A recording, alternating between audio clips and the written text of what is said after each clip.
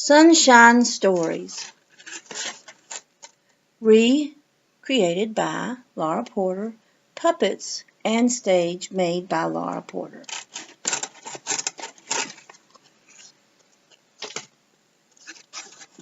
I am going to tell a story. I beg your pardon, but now it's my turn. Have you not been howling round the corner this long time as hard as you could? Is this the gratitude you owe me? I, who in honor of your turn inside out, yes, even break umbrellas when people won't have anything to do with you?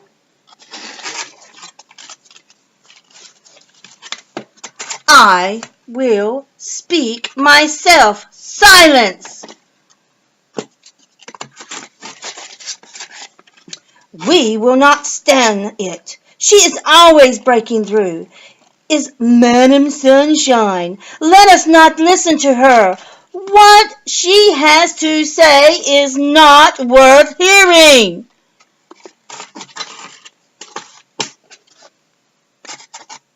I will tell a story. A beautiful swan flew over the rolling, tossing waves of the ocean.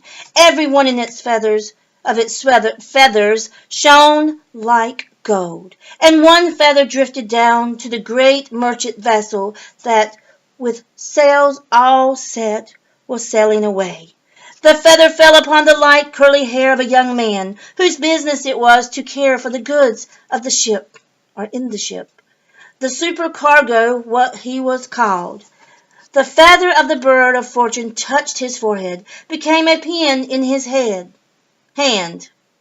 and brought him such luck that he soon became a wealthy merchant, rich enough to have bought for himself spurs of gold, rich enough to change a golden plate into a nobleman's shield on which I shone my brightness. The swan flew further away and away over the sunny green meadow where a little shepherd boy, only 7 years old, had lain down in the shade of an old tree, the only one there was in sight. In its flight, the swan kissed one of the leaves on the tree, and falling into the boy's hand, it was changed to 3 leaves, to 10, to a whole book. Yes. And in the book he read about all the wonders of nature, about his native language, about faith and knowledge. At night he laid the book under his pillow, that he might not forget what he had been reading. The wonderful book led him also to the schoolroom of thence everywhere, in search of knowledge. I have read his name among the names of learned men. The swan flew into the quiet, lonely forest, and rested a while on a deep, dark lake where the lilies grow in the wild, and the wild apples are to be found on the shore, where the cuckoo of a wild pigeon have their homes. In the wood was a poor woman gathering firewood, branches and dry sticks that had fallen. She bore them in her back in a bundle, and her arms held her little child. She too saw the golden swan, the bird of fortune, as it rose from among the reeds of the shore. What was this glittered so? A golden egg that was still quite warm. She laid it in her bosom, and the warmth remained. Surely there was life in the egg. She heard the gentle pecking inside the shell. She thought it was her own heart beating. Yes, she did. The egg cracked open. Then a dear little baby swan, all feathered as with the purest gold, pushed out a tiny head. Around the neck were 4 rings, and the woman had 4 boys, 3 at home, and a little one that was with her in the lonely wood. She understood at once that there was one for each boy. Just as she had taken them, the little gold bird took flight. She kissed each ring, then made each of the children kiss one of the rings, laid it next to the child's heart, then put it on his finger. I saw it all. And I saw what happened afterward. One of the boys, while playing in a ditch, took a lump of clay in his hand. Then he turned and twisted it until it took shape and was like Jason, who went into search of the golden fleece and found it. The second boy ran upon the meadow where stood the flowers of unimaginable colors. He gathered a handful and squeezed them so tightly that the juice flew into his eyes, and some of it wet the ring upon his hand. It cribbled and crawled in his brain, in his hands, and after many days and many years, people great talked of this famous painter that he was. The third child held the ring in his teeth so tightly that it gave forth sound, an echo of song in depth of its heart.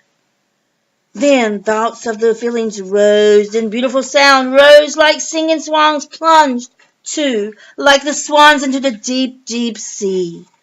He became a great musical composer, a master of whom every country has the right to say, he was mine, for he was the world's. And fourth little boy, yes, he was the ugly duck of the family. They said he had a pip and must eat pepper and butter like a sick chicken. And that was what he was given him. But of me, he got a warm, sunny kiss. He had 10 kisses for one. He was a poet and was first kissed, then buffeted all his life thought.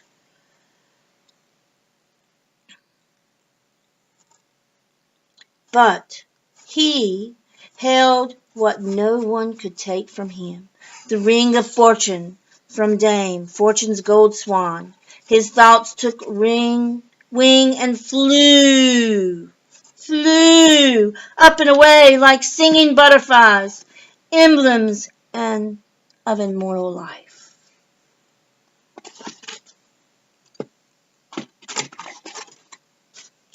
That was a dreadfully long story, and so stupid and tiresome. Blow upon me, please, that I may revive a little. The swan of fortune flew over a lovely, lovely long bay where the fisherman had set his nets. The very poorest one among them was wishing to marry, and marry he did. To him, the swan brought a piece of amber. Amber draws things towards itself, and this piece drew hearts to the house where the fisherman lived with his bride.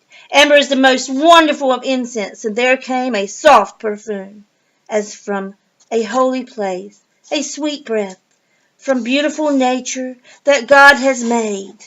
And the fisherman and his wife were happy and grateful and peaceful, their peaceful home, content in their poverty. And so their life became a real sunshine story. I think we better stop now. I am dreadfully bored. The sunshine has talked long enough. I think so too. And what do we others all have to say? Do we heard this story say? We say, now the story is finally done. Thank you so much, sunshine. We appreciate it, but it was boring.